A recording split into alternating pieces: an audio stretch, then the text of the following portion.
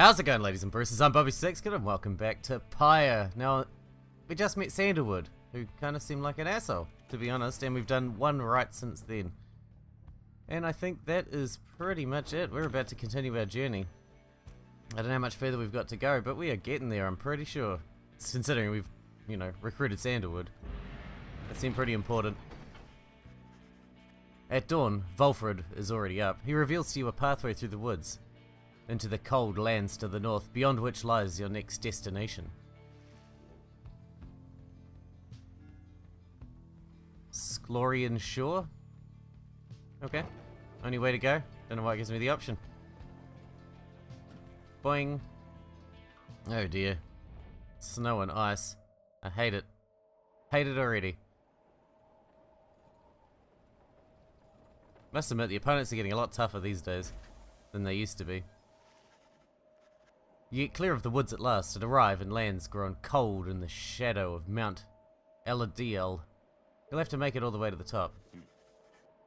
In a moment of respite, Volfred calls everyone together to discuss matters pertaining to the rites and the plan to which he alluded.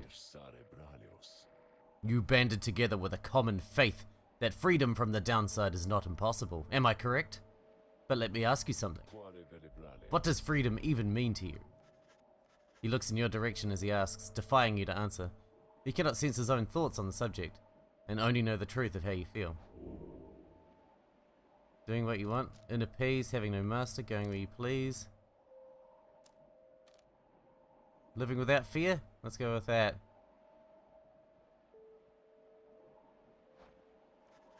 You tell Volfred that freedom means living without fear, and not being subject to persecution or retaliation for one's thoughts and choices. He considers your remarks for a short while. Good answer, my boy. I happen to agree. Fear takes hold in freedom's wake.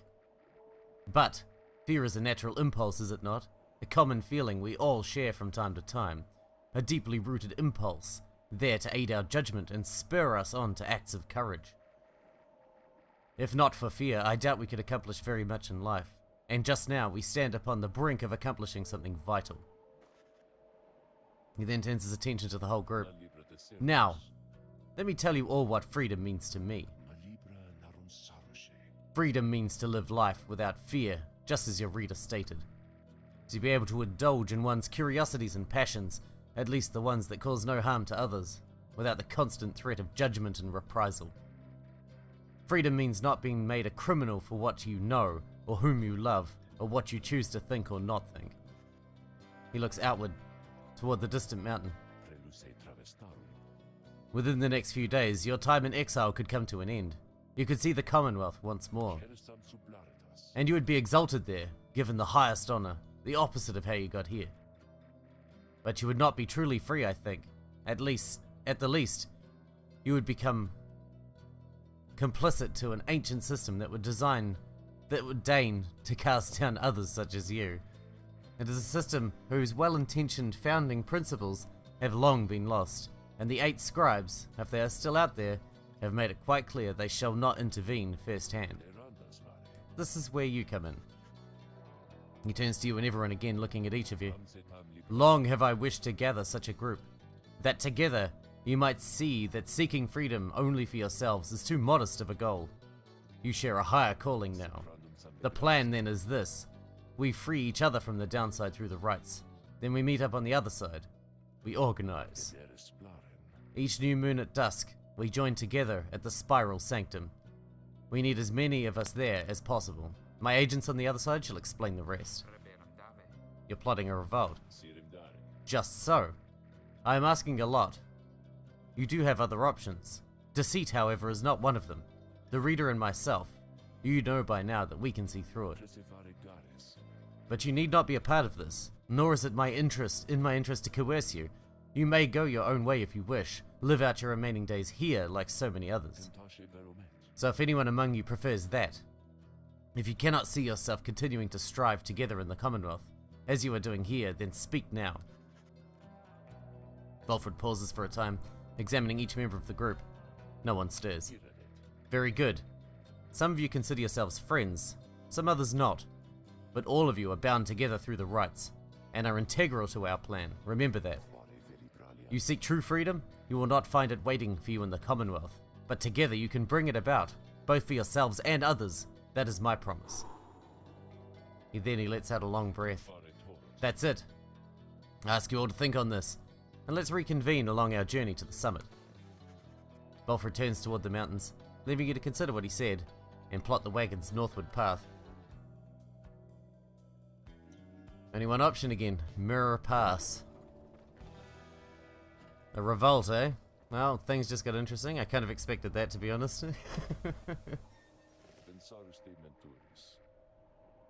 Beyond lies Mount Elodial. I suggest we make camp here at the base of the mountain, for we shall need our spirits and our strength to make the ascent. Sounds like a do. The Beyonder Crystal seeks Faye. Oh, it's Faye's turn. Hang on, we'll just talk to Volfred first. There you are, my boy. There was something I wish to discuss to you in private. Volfred stares at you rather intensely, as if reaching out to you, and then... You do not know. You do know what it means to be a reader. Those such as we are not limited to reading pages from a book. Though your ability in this, I sense, is nascent still, mere flashes, uncontrollable. I see as well now that they haven't told you yet, your friends, and that explains a lot. They haven't told you readers such as you cannot go free. I had wondered why you would insist on pressing onward with this group in light of this. The answer then was plain. You simply did not know, or fully realize. They did not deceive you, by the way. There is no reason they would know, themselves, other than Tariq, who shall not influence your thinking in such matters. Rather, I had expected, when at first we met, that you already knew the truth of this from having read the passage in the Book of Rites, which states it plain. Only those who shall conduct the rites firsthand shall walk the path toward enlightenment and become eligible to regain their freedom. Perhaps you have not gotten to that part just yet. Bolford breaks free from you and looks at you again, then he speaks to you as normal. It is plain you are not in adequate condition to conduct the rites, and this group values you as a reader. I wish only to ensure you understand what you're getting into here. Despite whatever hopes and dreams and promises might have been shared, I do not think the rites can help you return, if that is what you had in mind. So once again, I invite you to depart, and I'll see to it that you are compensated. Do not misunderstand. If it is your wish to remain, then you are welcome. But this journey we are on, it has no guarantees, not for you, nor for any of us. Do you understand?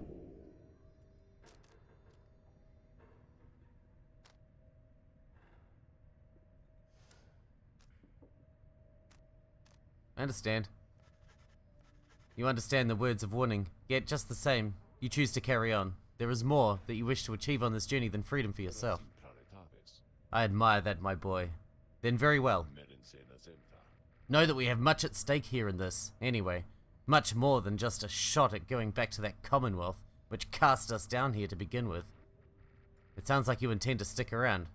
Then we'll have lots more time to chat, as we ascend the sacred mountain in the coming days.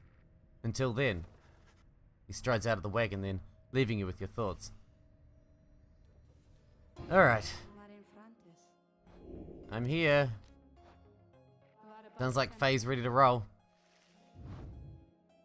Alright, Faye, let's do this. You asked Sandra to administer one of your special trials for Faye. I must admit, I do sense something from that one. I once had a wild heart myself, quite like her own. We shall see if there's more to her than that. Let's bring her forth. Soon Faye arrives in the heat of the summons. The scribes! I think that if I listen carefully, I can hear them calling out to me. We got this. No problemo.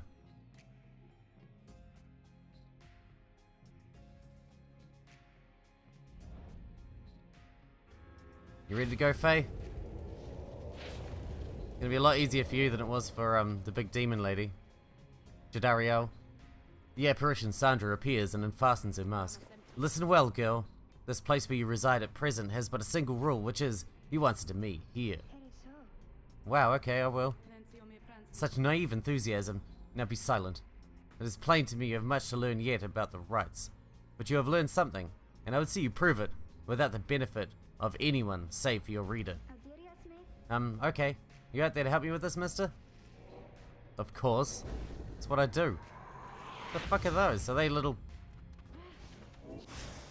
Ow! Fucking Jesus. Alright, alright.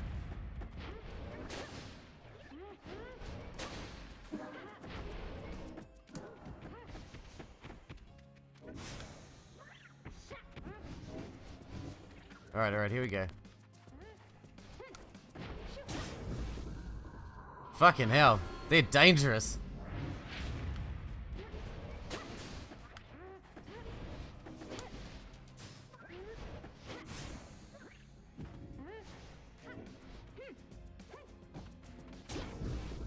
There you go, just kill them all and then blast it. That's the way to do.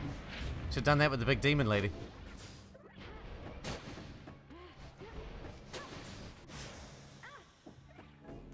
Shit. Fuck, that was lucky. No!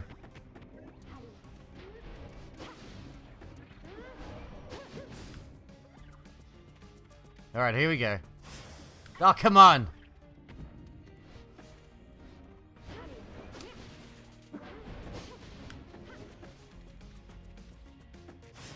Oh, come on, come on. Not cool, bro.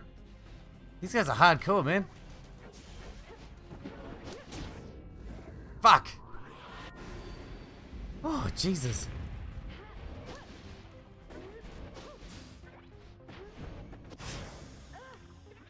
That's right, they self-destruct, don't they, when they die?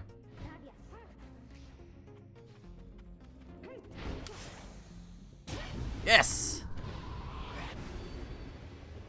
Ooh, Jesus. That was risky as. But we got it done. Okay, how did I do? How did I do? I must admit that you did better than I had expected, girl. You've passed this trial of yours. Some congratulations are in order. To you and also to your lovely reader. Now farewell. Oh yeah. Man, Faye's turning into a beast out there. She can't sprint though. She just has a weird dash thing. I wish I could all sprint like Rookie. Did I imagine all of that, mister? Because I hope I didn't. Wow, what does he have there? Ooh, what does that do? After Faye casts her aura, it can bounce off objects and solid surfaces. Why is it always about casting aura? I never cast aura anyway. There's so many pages. We've only read the first page.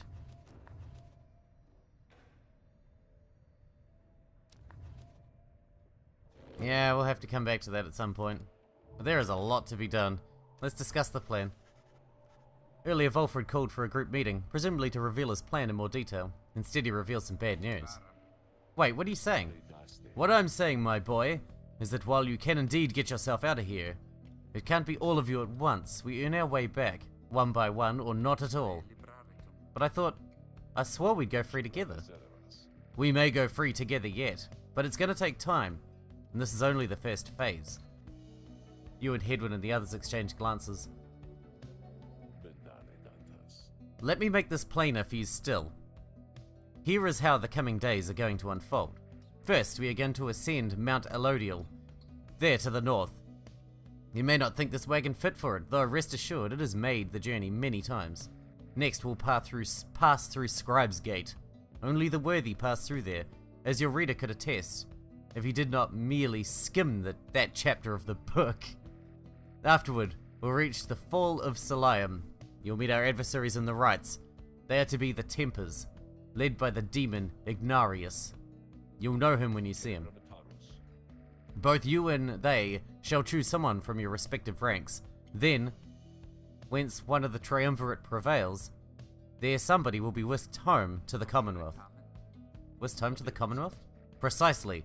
Once returned, our somebody is taken in, and clothed, and fully pardoned. The Commonwealth knows about this? The same Commonwealth that says a sentence into exile is forever, and freedom from the downside is impossible. Many of these details the scribes themselves wish to be kept secret. Former exiles and the leaders of the Commonwealth alike have good incentive to protect those secrets well. So then that's it. We climb the mountain, someone goes back and everyone else stays? For most of those participating in the rites, yes, that's it. But I like your connotation, and indeed for us, that isn't it, at all. If one of us returns, it shall be just a step along our path. However, let's let that sit for now. Gather your strength.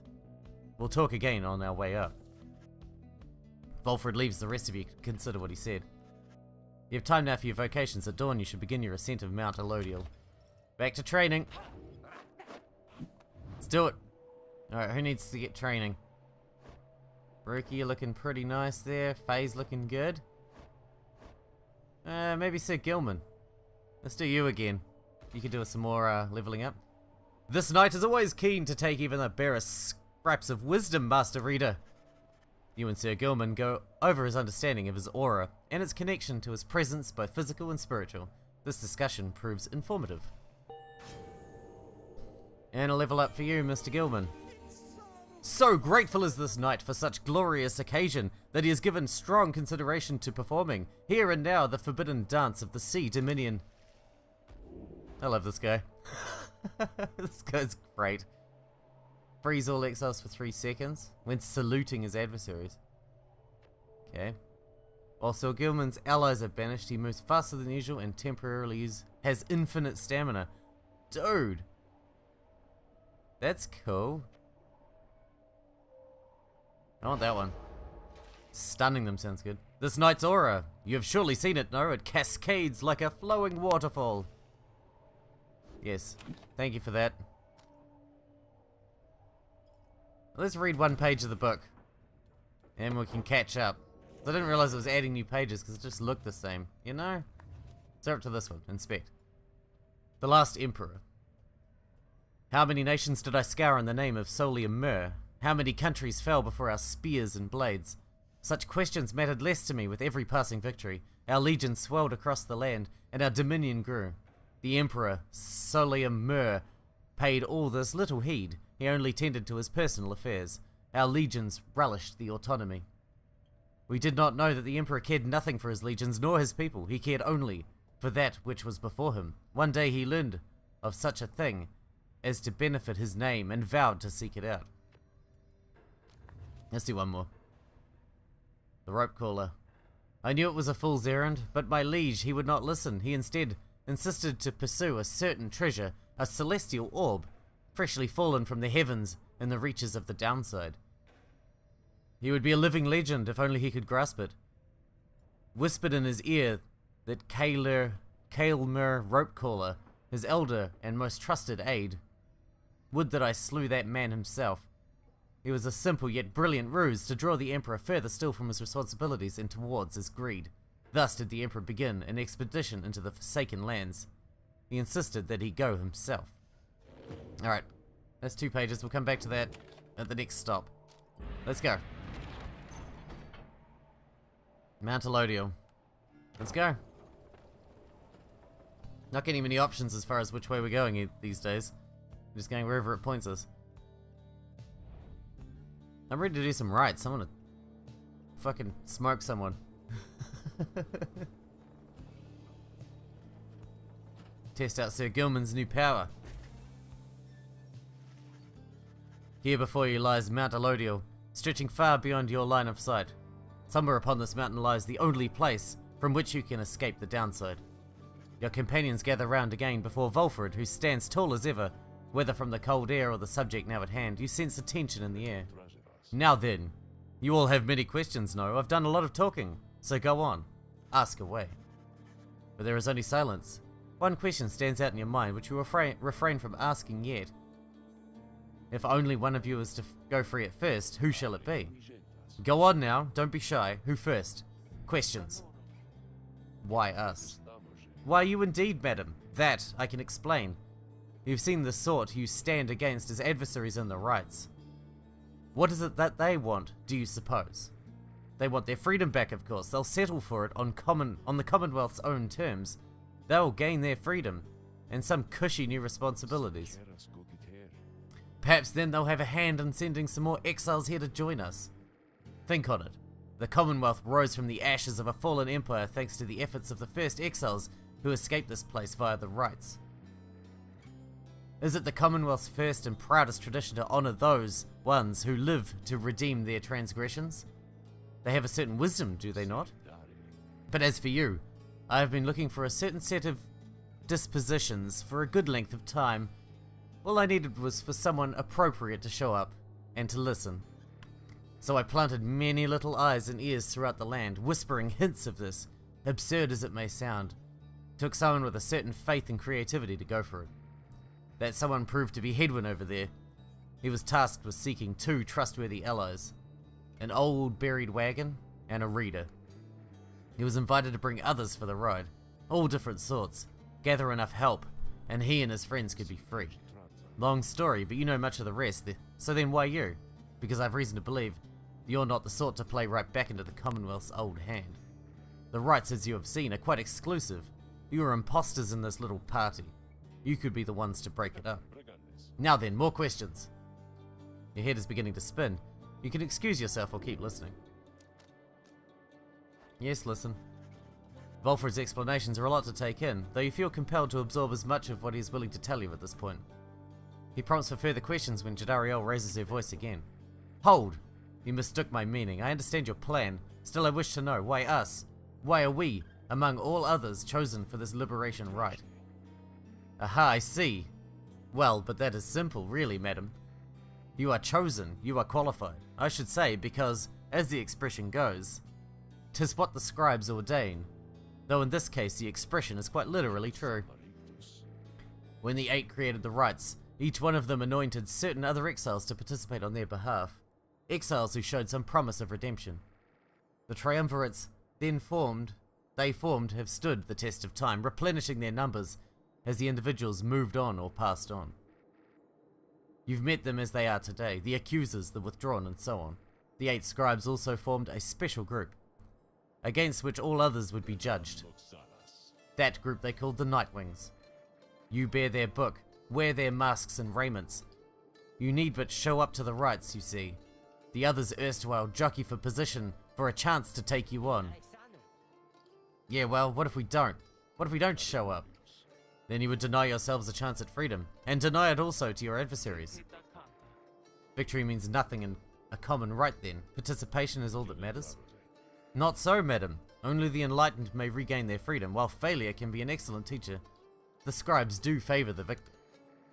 So you see, those who do not conduct the rites, or do not prevail in them sufficiently, they may find themselves barred from the liberation rites.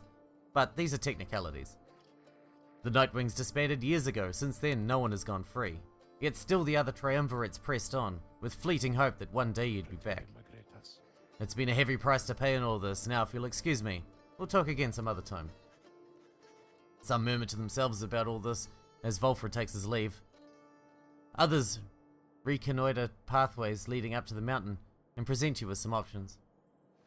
I like options. Emperor's Fall and Emperor's Ascent. Long lost valuables. Blessed. I want the valuables. Let's go that way. We don't need blessing because we smoke everyone up in their rights anyway. No problem. Ain't no thing but a chicken wing. You joined Pamitha on a brief expedition to find anything of value dropped by those who tried to scale the mountain but did not succeed. Wait, I shall be joining you. What now? I get 2 chaperones? But sure, I'm game. Whatever you wingless are into. Be silent, little bird, and fetch those trinkets and be done. My, so full of bitterness. You ought to make the most of these last precious moments that we share. And you ought not to mince your words. No, please. We all know you're going to be the first one out of here, so why not quit your constant frowning for a change? I, the first one out of here? Of course. It's plain the others pity you. You've been here longer than the rest of us by far. Besides maybe that Volfred, though he seems plenty happy here, making his speeches. How dare you? How dare you to presume? Nothing is decided as of yet. Oh, no doubt, no doubt. Though if by some coincidence you do end up being selected for the honor, I just want you to know something. I truly, from the bottom of my heart, do hope we shall prevail on your behalf. Because that way, you shall be free. Of me at least, and I in turn shan't have to suffer any longer your hideous attitude towards me and everything. At that, you intervene. Jadariel's eyes burn with fury, but then she calms herself. I shall see you at the wagon, reader. Pamitha scoffs as Jadariel storms off. I swear that one. Well, moving on. There's something sparkling down there. Be right back. She swoops out of sight, leaving you alone there on the mountain. Panther soon returns with something that lay long forgotten in the rocks below. Luminous idol. After grasping the orb, the bearer instantly recovers all stamina. That is fucking awesome. That's really powerful. Now we got Temple Cistern or Temple High Road. Look upon the sacred waters. A passing whim. Wow. Wow. Sir Gilman wants to go look at that. And it's not just a passing whim. He really wants to do it, so let's do that. We love Sir Gilman after all. He's fantastic. At long last! The worm surges out of the waters of the cistern. You decide to join him for a brief excursion, there after another hard day's road. You find him in a shallow pool, appearing very much contented. This night, he thought he may never again feel fresh water's cool caress against his scales. He sighs, splashing about from time to time, then he turns his attention over to you. You, Master Reader, are most kind to take with you this wayward knight. He swears to prove himself to you and to the rest.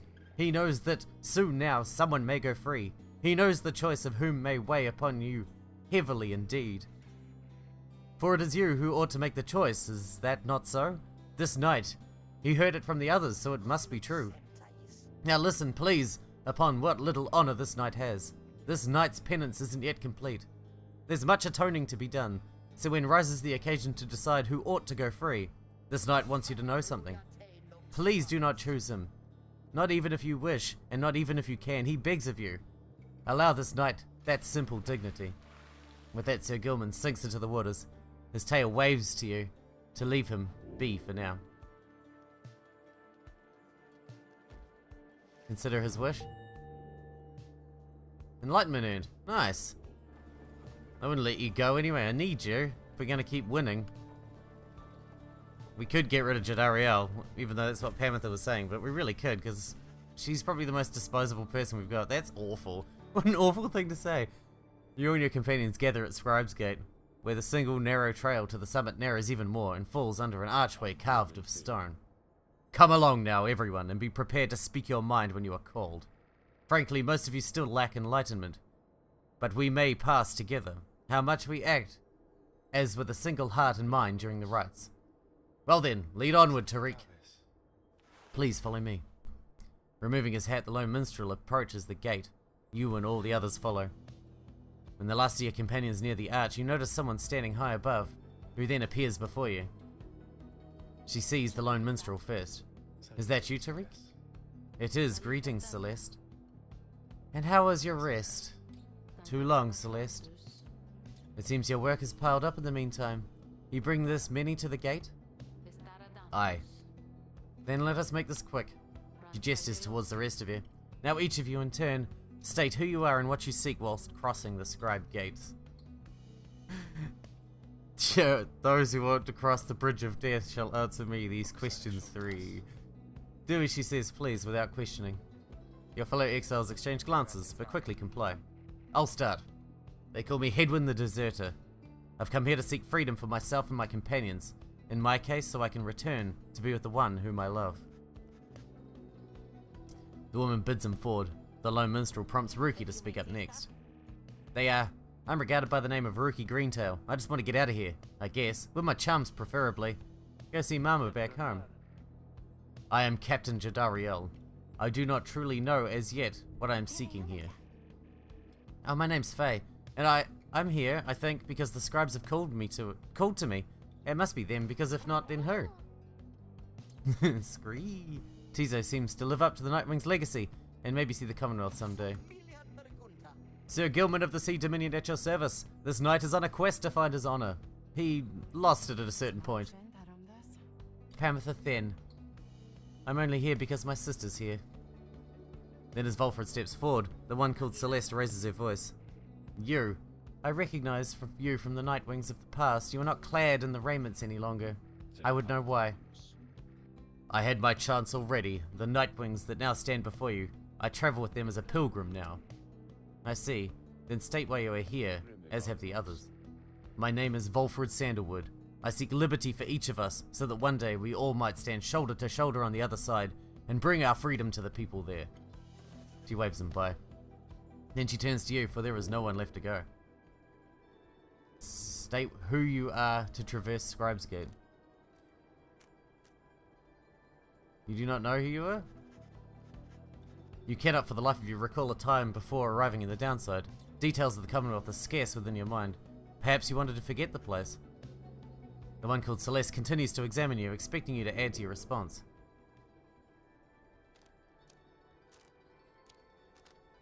You want to help your friends. The companions you have met here, who have helped you survive, and to find kinship in the downside, your priority is to ensure that they achieve their goals. That is all you wish for now. The woman regards you for a time, then nods once, and waves all of you by. The 8 scribes bid the Nightwings welcome here. Go forth with glory. And Tariq? Aye, Celeste? Be on your way as well. The lone minstrel bows his head and puts his hat back. He doesn't look back at her. In we go. Oh, we need to wrap this episode up now, don't we? Looks like we're nearly there. Is this like the last rite? I don't know how much more there is to go. From the top of Mount Elodial, you can see the distant downside before you. You think on the many thousand leagues you've crossed to reach this point as the sky grows dim.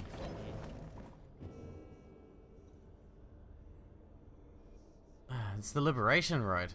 There is only one more, I guess, but... oh, I don't know. We're going to wrap this episode up, and if the next episode is really short, I apologize. But we do have things to do. We could read some more of that book. There's someone to talk to in there. There's the slug market. We got one more right. We'll see what happens. But anyway, I hope you guys enjoyed it. Thanks for watching. Thanks for hanging out with me, and I'll see you in the next one.